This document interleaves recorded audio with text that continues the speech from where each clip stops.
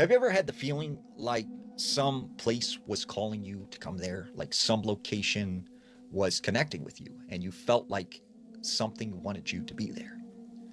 Now, there was this man named Kyle. Kyle said when he was younger, he grew up on the East Coast. He had never been out west. But for some reason, he always felt like he needed to visit the Pacific Northwest. And he said just all the time in his mind, all he could think about was the Pacific Northwest. And he felt like something was calling him there. He said more specifically, he remembered one day just this name popped in his head, the Pinoy Gifford National Forest.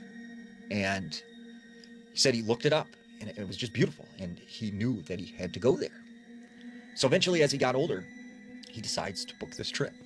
He flies out to Portland, rents a car, and he drives out to the forest. And he finds this camping spot in a dispersed camping area, and he sets up his campsite. Well, he said as it started to get dark, he began to get a very uneasy feeling. And it felt like he should maybe leave. But he said, it was late, he was in the middle of nowhere, and he felt like he had to commit to it. So, as he's sitting around the fire, he said he began to hear what sounded like two people having a conversation out in the middle of the woods. He said it kept sounding like it was coming closer and closer, and so he thought there was someone else out in the forest. But said just then, he sees something break through the tree line. And it's this wolf-like dog-looking animal. He said it just stood there for a few seconds, watched him, and then it went back into the woods. So at this moment, he was kind of creeped out. And he thought, maybe I can find refuge inside my tent. So he goes in his tent, and he zips up in his sleeping bag, and he starts to doze off. But then all of a sudden, he hears his name being called.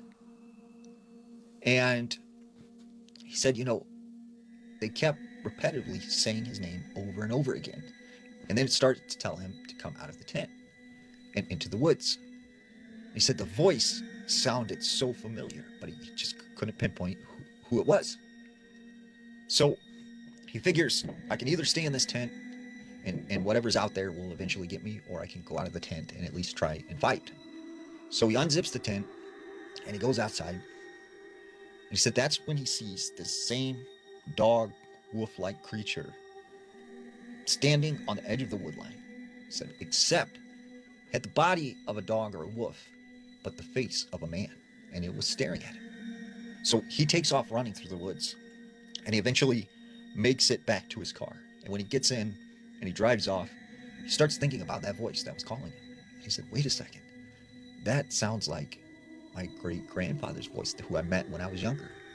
That was his exact voice that I recall being a young boy playing at his house and him calling my name.